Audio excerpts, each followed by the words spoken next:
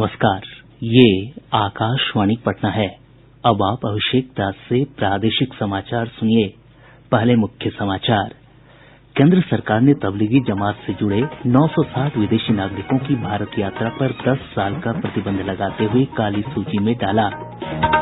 प्रदेश में आज कोविड-19 के 94 नये मरीजों की पुष्टि के साथ ही संक्रमितों की संख्या 4,420 हुई। मृतकों की संख्या 28 पर पहुंची। केंद्र सरकार ने किसानों को उनके उत्पाद का बेहतर मूल्य दिलाने के उद्देश्य से अनाज, दलहन, तिलहन और आलू प्याज को आवश्यक वस्तु अधिनियम के दायरे से बाहर किया। और चक्रवाती तूफान निसर्ग के प्रभाव से अगले 24 घंटों के दौरान प्रदेश के अधिकतर हिस्सों में तेज हवा के साथ बारिश की संभावना। अब समाचार विस्तार से। केंद्र सरकार ने आज 960 विदेशी नागरिकों की भारत यात्रा पर 10 साल का प्रतिबंध लगाते हुए उन्हें काली सूची में डाल दिया है। काली सूची में डाले गये ये विदेशी नागरिक तबलीगी जमात की गतिविधियों में शामिल थे। अप्रैल में सरकार ने तबलीगी जमात की गतिविधियों में शामिल कुछ विदेशी नागरिकों को काली सूची में डालकर उनका वीजा रद्द कर दिया था। प्रदेश में आज कोविड-19 के 94 नये मरीजों की पुष्टि के साथ ही संक्रमितों की संख्या बढ़कर 4,420 हो गई है। आज पूर्णिया और वैशाली से 12-12 मामले सामने आये हैं। नवादा से 8, सुपौल, जहानाबाद, रोहतास और गोपालगंज से 7-7, पटना और सहरसा से 4-4, गया, बेगूसराय और भागलपुर से 3-3, नालंदा, अरवल, दरभंगा और जमुई से 2-2 तथा मुजफ्फरपुर, पूर्वी चंपारण, औरंगाबाद, कैमूर, लखीसराय और सीतामढ़ी से 1-1 मामले पॉजिटिव पाये गये हैं। स्वास्थ्य विभाग के सचिव लोकेश कुमार सिंह ने बताया कि राज्य में अब तक इस वैश्विक महामारी से 28 लोगों की मौत हो चुकी है। आज पटना के एनएमसीएच में 2 मरीजों की मौत हुई। शिवहर और बेगूसराय के 1-1 बुजुर्ग मरीजों की मौत हुई है। ये दोनों पहले से कई रोगों से ग्रसित थे। श्री कुमार ने बताया कि पिछले 24 घंटों के दौरान 95 लोगों को उपचार के बाद अस्पतालों से छुट्टी दे दी गई। स्वस्थ होने वालों की संख्या बढ़कर 2,121 हो गई है। अब तक सामने आए पॉजिटिव मामलों में 3,245 प्रवासी लोगों के हैं। विभागीय सचिव ने कहा कि होम क्वारंटीन में रह रहे 4,72,000 लोगों के स्वास्थ्य की स्क्रीनिंग हो चुकी है। इनमें से 196 व्यक्तियों में सर्दी, खांसी, बुखार या सांस लेने में तकलीफ की शिकायत मिली है।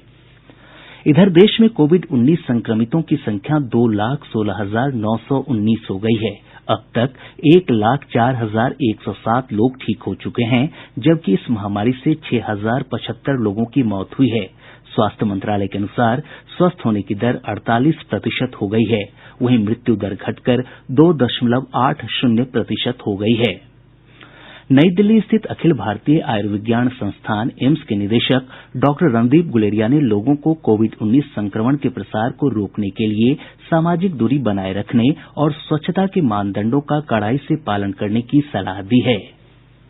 सारे लोगों से यही अपील करूंगा कि सोशल डिस्टेंसिंग, हैंड वॉशिंग हम पूरी तरह से करें। हम एक ये नियम बना लें कि अब से आगे से चाहे वो थूकना हुआ, चाहे वो सोशल डिस्टेंसिंग हो, चाहे जब भी घर आए तो हाथ धोएं, जब भी किसी से मिले तो हाथ जोड़ के मिले और हैंड वॉशिंग रेगुलरली करें। इससे कोविड ही नहीं, कई और इन्फेक्शन जैसे स्वाइन फ्लू है या टीबी है, ये भी हमारे देश में कम होंगी।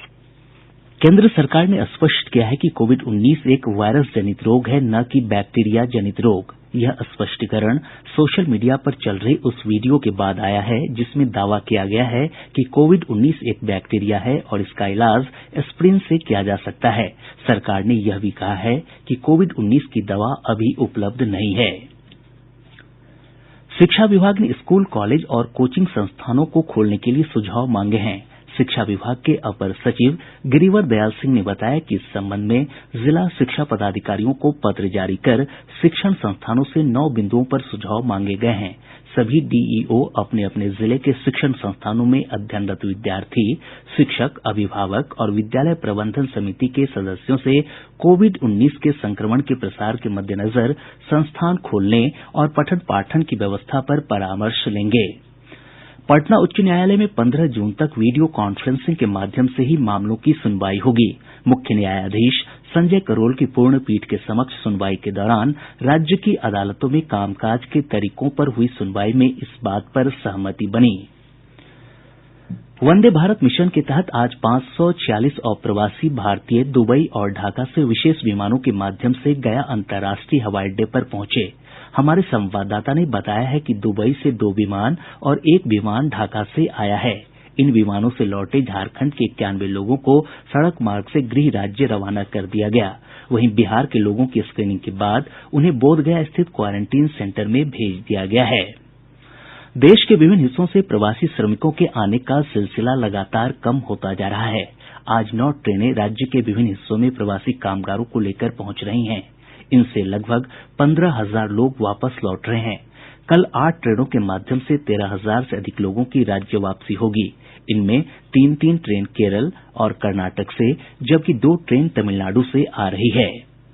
झारखंड सरकार ने स्पष्ट किया है कि बिहार समेत दूसरे राज्यों से आने वाली बसों को राज्य में प्रवेश नहीं दिया जाएगा। झारखंड के परिवहन सचिव के रवि कुमार ने बिहार सरकार को पत्र लिखकर सरकार के फैसले से अवगत करा दिया है। पत्र में कहा गया है कि निजी वाहनों को भी झारखंड में प्रवेश के लिए ई पास आवश्यक होगा। प्रदेश में लॉकडाउन के 5वें चरण के तहत नियमों के उल्लंघन के मामले में अब तक 12 लोगों को गिरफ्तार किया गया है, जबकि 9 प्राथमिकियां दर्ज की गई हैं। पुलिस मुख्यालय से प्राप्त जानकारी के अनुसार 2,516 वाहन जब्त किए गए हैं, जबकि 89 लाख रुपए से अधिक की राशि जुर्माने के रूप में वसूली गई है। प्रादेशिक समाचार आप आकाशवाणी पटना से सुन रहे हैं। केंद्रीय मंत्रिमंडल द्वारा आवश्यक वस्तु अधिनियम में संशोधन के माध्यम से अनाज, दलहन, तिलहन, खाद्य तेल और प्याज तथा आलू को आवश्यक वस्तुओं की सूची से हटा दिया गया है।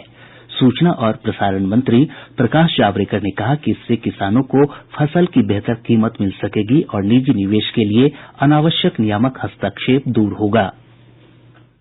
एग्रीकल्चर प्रोड्यूसर मार्केट कमेटी के बंधन से किसान मुक्त हुआ है। किसान कहीं भी उत्पादन बेच सकेगा। ज्यादा दाम देने वाले को बेचने की आजादी मिली है किसान को। ज्यादा कीमतों के गारंटी पर कृषि उपज समझौते से बेचने की किसान को अनुमति मिली है। यानी कोई निर्यातक है, कोई प्रोसेसर है, कोई दूसरे पदार्थों का उत्पादक है, तो उसको कृषि उपज दोनों के आपसी समझौता जो होगा उसके तहत बेचने की सुविधा मिली है। भारत में पहली दफा ऐसा कदम उठाया गया है। मंत्रिमंडल ने कृषि उपज व्यापार और वाणिज्य संवर्धन और सुविधा अध्यादेश 2020 को भी मंजूरी दे दी है। मंत्रिमंडल की बैठक के बाद कृषि मंत्री नरेंद्र सिंह तोमर ने कहा कि यह अध्यादेश राज्य कृषि उपज विपणन कानूनों के तहत मंडियों के दायरे से बाहर राज्य में और राज्यों के बीच बाधा रहित व्यापार और वाणिज्य को प्रोत्साहन देगा। किसान पर जो अपने उत्पादन को बेचने के लिए प्रतिबंध लगे थे, उन प्रतिबंधों से पूरी तरह मुक्त किया जा रहा है। मंडियां रहेंगी, राज्य का एपीएमसी एक्ट रहेगा, लेकिन एपीएमसी की परिधि के बाहर जो सारा क्षेत्र है, चाहे वो किसान का घर ही क्यों न हो, उस घर में जाकर भी कोई कंपनी, संस्था, processing industry, FPO, cooperative sector के समूह वहां से माल खरीदेगा और इस खरीद और बिक्री पर किसी भी प्रकार का कोई टैक्स, कानूनी बंधन नहीं होगा। हमारे संवाददाता ने बताया है कि सरकार के इस फैसले से किसान, उपभोक्ता और व्यापारी सभी वर्गों के हितों की रक्षा होगी। सरकार ने आवश्यक वस्तु अधिनियम में संशोधन कर नियंत्रण से संबंधित नियमों को उदार बनाते हुए उपभोक्ताओं के हितों की रक्षा भी सुनिश्चित की है। संशोधन के तहत यह व्यवस्था की गई है कि अकाल, युद्ध, कीमतों में अप्रत्याशित वृद्धि और प्राकृतिक आपदा जैसी परिस्थितियों में इन कृषि उपजों की कीमतों को नियंत्रित किया जा सकता है। हालांकि मूल्य श्रृंखला के किसी भी प्रतिभागी की स्थापित क्षमता और किसी भी निर्यातक की निर्यात मांग इस तरह की स्टॉक सीमा की व्यवस्था से मुक्त रहेगी, ताकि कृषि क्षेत्र में निवेश प्रभावित न हो। इस संशोधन के जरिए किसान और उपभोक्ता दोनों लाभान्वित होंगे तथा मूल्य में स्थिरता भी आएगी। साथ ही भंडारण सुविधाओं के अभाव के कारण होने वाली कृषि उपज की बर्बादी को भी रोका जा सकेगा। आनंद कुमार, आकाशवाणी समाचार, दिल्ली। केंद्र सरकार द्वारा आवश्यक वस्तु अधिनियम में संशोधन का बिहार के किसानों ने स्वागत करते हुए कहा है कि इससे उनकी आमदनी बढ़ेगी।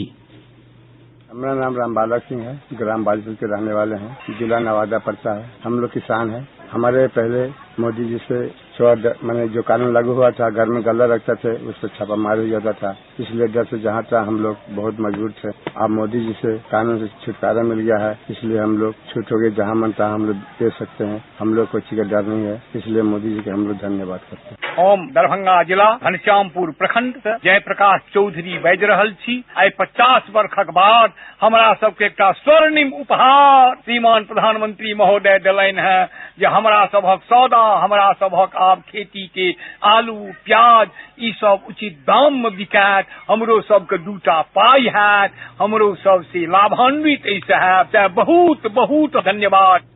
कोरोना महामारी के दौर में सोशल मीडिया को जन जागरूकता के लिए किस प्रकार उपयोग किया जा सकता है, यह कर दिखाया है रोहतास की महिलाओं ने। लोकप्रिय सोशल मीडिया प्लेटफॉर्म व्हाट्सएप पर हेलो बहन नाम से एक ग्रुप बनाकर महिलाएं अपने काम से तारीफ बटोर रही हैं। सुनते हैं सासाराम से हमारे संवाददाता की एक रिपोर्ट। महिलाओं का व्हाट्सएप समूह हेलो बहन इन दिनों रोहतास जिले में चर्चा में है। इस समूह के माध्यम से संझौली प्रखंड की उप प्रमुख मधु उपाध्याय ने एक अभियान सा शुरू कर रखा है। ये बताती हैं, हेलो बहन चेन के माध्यम से हम लोग एक साथ एक दूसरे को जोड़े और ये चैनल से सब प्रत्येक महिलाएं 5 महिलाओं को जागरूक की कोरोना वायरस के प्रति, और ये चैन का सिलसिला आगे बढ़ता गया और जिले में आज लगभग 5000 महिलाएं इस चैन से जुड़ रही हैं और लोगों को, महिलाओं को, घर के प्रत्येक मेंबर को इसके प्रति, कोरोना वायरस के प्रति जागरूक कर रही है। इसमें हमने गले में संक्रमण के लिए, गले में दर्द के लिए बताया और काढ़ा पीने के लिए, काढ़े का नियमित सेवन करने के लिए बताया और बहनों से ये भी कहा कि कोई अप्रवासी मजदूर बाहर से आते हैं तो उनकी भी सूचना प्रशासन को हम लोग अपने चैनल के माध्यम से, चैन के माध्यम से दें। और इस तरह हम सभी बहनों का ये मानना है कि आज हमारे पूरे जिले में घर का बच्चा बच्चा इस कोरोना वायरस के प्रति जागरूक हो गया है।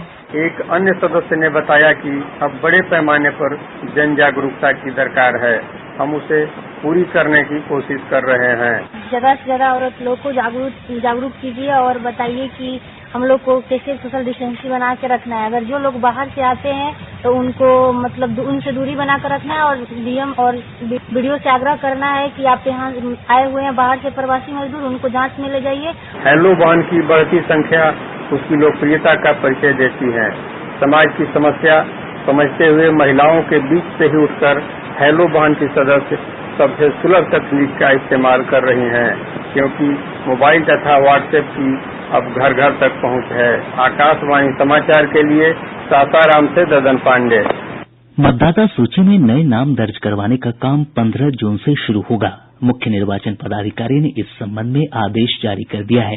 साथ ही पुराने मतदाताओं से नाम, पता, उम्र तथा पिता और पति के नाम में भी सुधार के लिए आवेदन लिए जाएंगे। चक्रवाती तूफान निसर्ग के प्रभाव से अगले 24 घंटों के दौरान प्रदेश के अधिकतर हिस्सों में तेज हवा के साथ बारिश की संभावना बनी हुई है। मौसम विभाग के अनुसार तूफानी हवा राज्य में दक्षिण पश्चिम की ओर से प्रवेश करेगी, जिससे बक्सर, भोजपुर, भभुआ, जहानाबाद और औरंगाबाद में तेज आंधी के साथ बारिश की आशंका है। उत्तर पश्चिम के जिले पूर्वी और पश्चिम चंपारण, सिवान, सारण और गोपालगंज के क्षेत्रों में भी बारिश का पूर्वानुमान व्यक्त किया गया है। इधर आज प्रदेश के कई हिस्सों में हल्की से मध्यम बारिश हुई है। भाजपा महिला मोर्चा की अध्यक्ष लाजवंती झा और पार्टी के प्रदेश प्रवक्ता अरविंद सिंह ने कहा है कि प्रधानमंत्री नरेंद्र मोदी के नेतृत्व में देश लगातार आत्मनिर्भरता की ओर बढ़ रहा है। पार्टी नेताओं ने कहा कि कोरोना संकट के समय सरकार ने जिस तरह आम लोगों की मदद की है, उससे विश्व स्तर पर देश की अलग छवि बनी है। और अब अंत में मुख्य समाचार एक बार फिर। केंद्र सरकार ने तबलीगी जमात से जुड़े 960 विदेशी नागरिकों की भारत यात्रा पर 10 साल का प्रतिबंध लगाते हुए काली सूची में डाला। प्रदेश में आज कोविड-19 के 94 नए मरीजों की पुष्टि के साथ ही संक्रमितों की संख्या 4420 हुई, मृतकों की संख्या 28 पर पहुंची। केंद्र सरकार ने किसानों को उनके उत्पाद का बेहतर मूल्य दिलाने के उद्देश्य से अनाज, दलहन, तिलहन और आलू प्याज को आवश्यक वस्तु अधिनियम के दायरे से बाहर किया। और चक्रवाती तूफान निसर्ग के प्रभाव से अगले 24 घंटों के दौरान प्रदेश के अधिकतर हिस्सों में तेज हवा के साथ बारिश की संभावना। इसके साथ ही आकाशवाणी पटना से प्रसारित प्रादेशिक समाचार का ये अंक समाप्त हुआ। घर में रहिए, सुरक्षित रहिए और सुनते रहिए आकाशवाणी।